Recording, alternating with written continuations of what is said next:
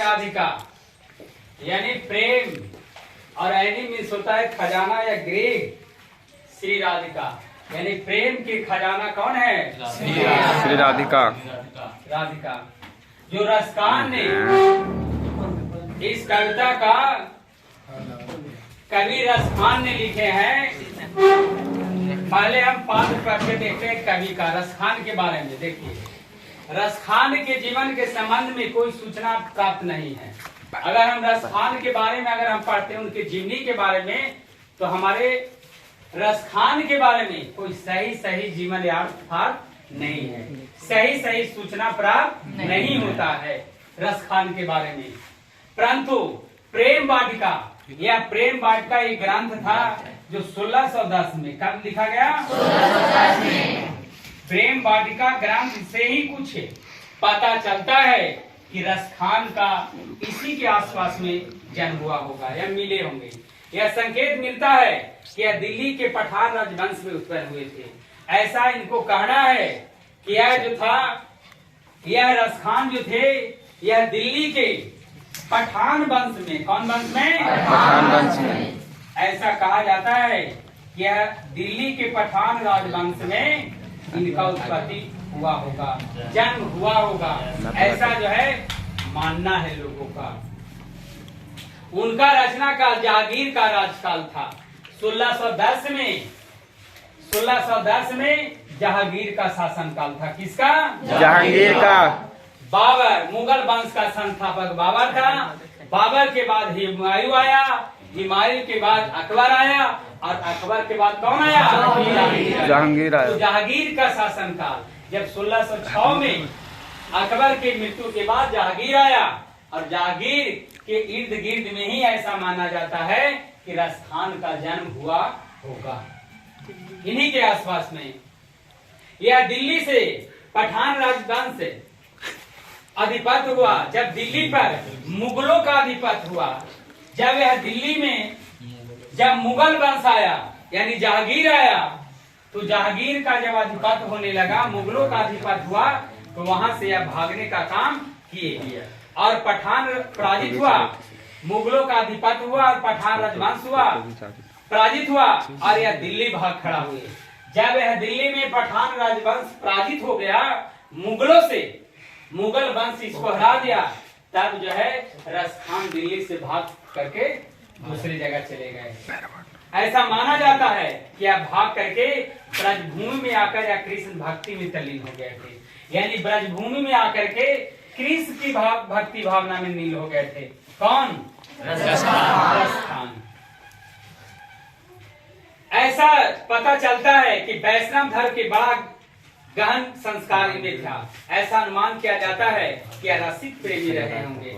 ऐसा मानना है लोगों को कि यह जो रसखान जो थे, यह रसिक प्रेमी के कवि थे, यानी प्रेम का पीर कवि माना जाता है।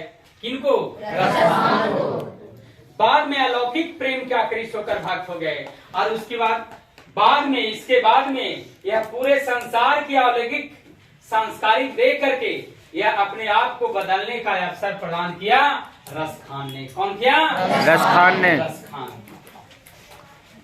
252 वैष्णव की वार्ता से पता चलता है कि गोस्वामी विठलनाथ ने पुष्टि मार्ग में दीक्षा दी थी। ऐसा मानना है कि गोस्वामी विठलनाथ ने, या विठलनाथ जो थे, इन्हीं के द्वारा रसखान को कुछ शिक्षा प्राप्त दीक्षा दिया गया था। और दो ग्रंथ, एक प्रेम वाटिका और दूसरा सुजान रसखान। कौन है? सुजान रसखान। एक पहला इनका लिखा गया जो ग्रंथ था, यह प्रेम वाटिका 1610 में, और दूसरा जो लिखा गया था इनका, यह सुजान। प्रेम वाटिका में प्रेम निरूपण संबंधी रचना है, और सुजान रसखान में कृष्ण की भक्ति संबंधी रचना है। अगर हम प्रेम वाटिका की अगर बात करते हैं, तो यह प्रेम के बारे में विस्तृत जानकारी प्राप्त किया रसखान ने, और दूसरा जो सुजान रसखान है, यह कृष्ण की भक्ति भावना में नील थे, इसके बारे में यह बताया रसखान ने। रसखान ने कृष्ण का लीलापन पदों में नहीं सवया में किया। रसखान सवया छंद में सिद्ध हुआ, और सहज और प्रवाह रसखान के वह हिंदी के कवि थे, लेकिन ऐसा माना जाता है कि रसखान ने कृष्ण की भक्ति भावना में लीन हुए थे और इसीलिए इनको कृष्ण की भक्ति भावना का कवि भी कहा जाता है, ऐसा मानना है लोगों का। रसखान ने वही रसखान के सवया के ध्वनि प्रभाव के माधुरी थी और उन्हें रसखान सूफियों का हृदय लेकर कृष्ण का लीला का काव्य रखते थे। यह जो था सूफी संतों का लिया करते थे, अध्ययन लिया करते थे। इसके बाद यह सूफी संत से आकर के और कृष्ण की लीला को काव्य का रचने का काम रसखान किया था। कौन किए थे? रसखान। इधर उधर जाना बाबा। उन्हें उल्लास मदकता उदकता तीनों का संयोग है। यह मुग्ध होकर भारतेंदु हरिश्चंद्र ने कहा था कि इस मुसलमान हरजन पे कोटि हिंदू वाली। यह ऐसा मुसलमान है जो सब पर भारी है। कौन? यह रसखान। ऐसा जो कवि थे रसखान थे। यह रसखान रचना में दोहे सोरठ सवैया है और राधा कृष्ण के प्रेम जुगा रूपी का हृदय का रिझ व्यक्त करता है। यह जो हमको पढ़ना है, यह प्रेम यानी श्री राधिका यानी राधिका के बारे में, यानी राधा और कृष्ण के प्रेम जुगल के बारे में यह कविता में बताया गया है रसखान के द्वारा। किसके द्वारा? रसखान के द्वारा। यानी राधा और कृष्ण का जो प्रेम जो जुगल जोड़ी है, इसके बारे में यह कविता में बताया गया है।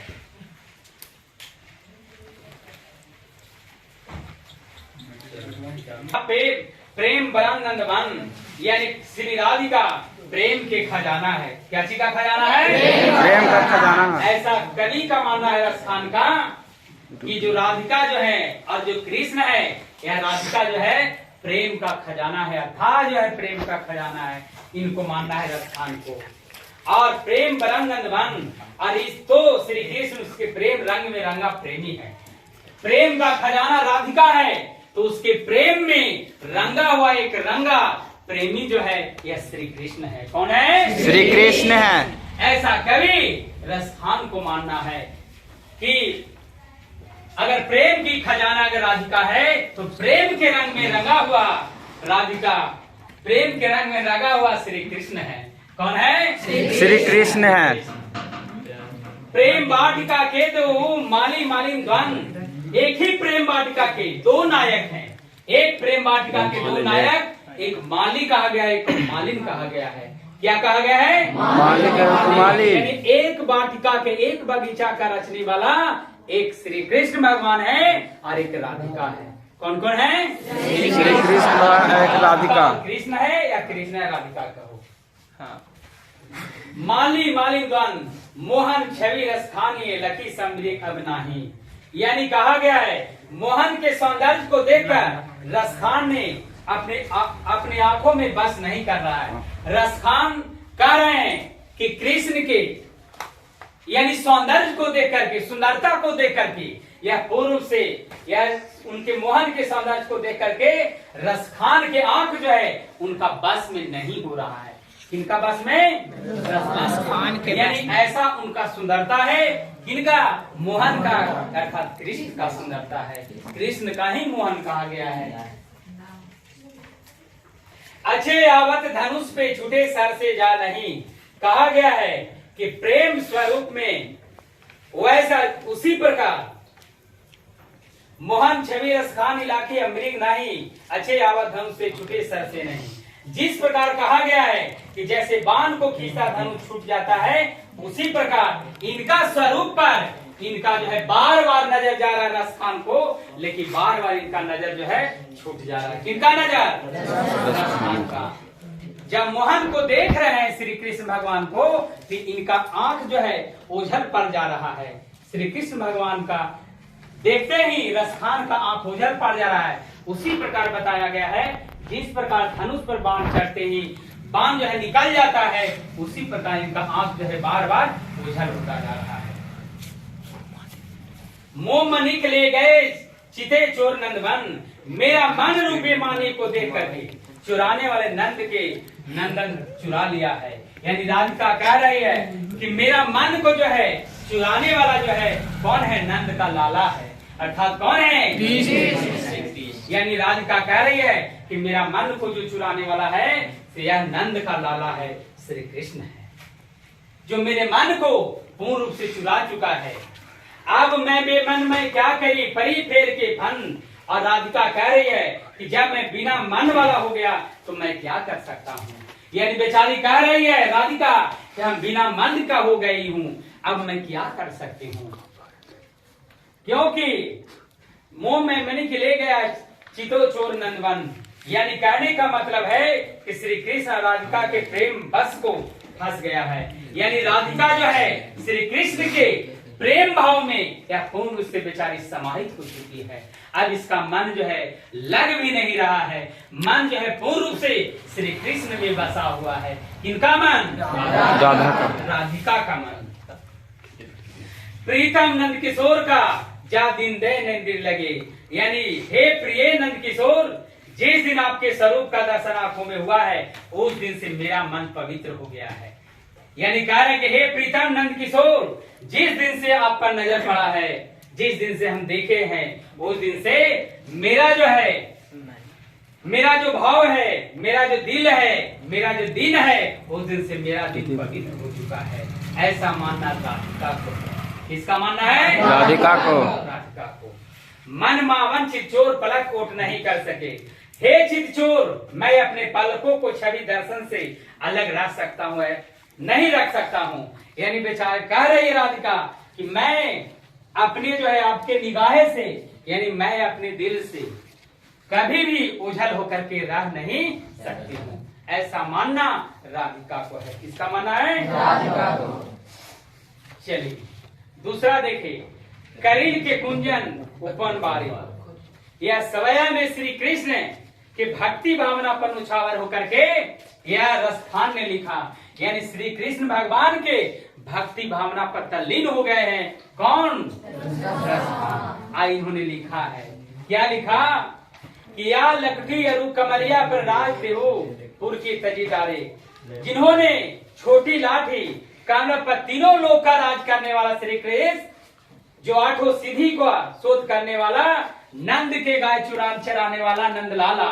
यानी कह रहे हैं कि तीनों लोक के मालिक हे श्री कृष्ण, गाय चराने वाले श्री कृष्ण, हम पूर्ण रूप से आपके पीछे पड़े हुए हैं, पीछे भूल गए हैं। कौन कह रहा है? रसखान कह रहा है कि मैं इतना जो है अपने आप को नुछावर कर चुका हूँ कि मैं आपके प्रेम में पूर्ण रूप से हम नुछावर हो चुके हैं।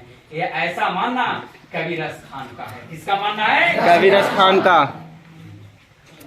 आठू सिद्धि नवदो सुख नंद के गाय चराए विसारो। रसखान कहो ना कि 100 ब्रज के नागो। हे श्री कृष्ण को देखने वाले, आंख को कब नहीं ब्रज के बाण में, उपवन में और तालाबों के किनारे निहार रहे हैं। कह रहे हैं कि हम जो है वन में देख रहे हैं, उपवन में देख रहे हैं, नदियों के किनारे देख रहे हैं, लेकिन सोच रहे हैं कब जो है भगवान श्री कृष्ण का दर्शन हो जाए। ऐसा मानना है रसखान का मानना है कि कब जो है भगवान श्री कृष्ण से मुलाकाती हो। कोटि के लौ कल धौ के धाम करीब के कुंजन ऊपर बारी। हे भगवान श्री कृष्ण के ऊपर बलि कर सकता हूँ, लेकिन मेरी अभिलाषा है। बेचारे रसखान कह रहा है कि मैं अपनी प्रेम को पूर्ण रूप से श्री कृष्ण के प्रति मैं अपनी अभिलाषा को, अपनी इच्छा को पूर्ण रूप से समर्पित कर सकता हूँ।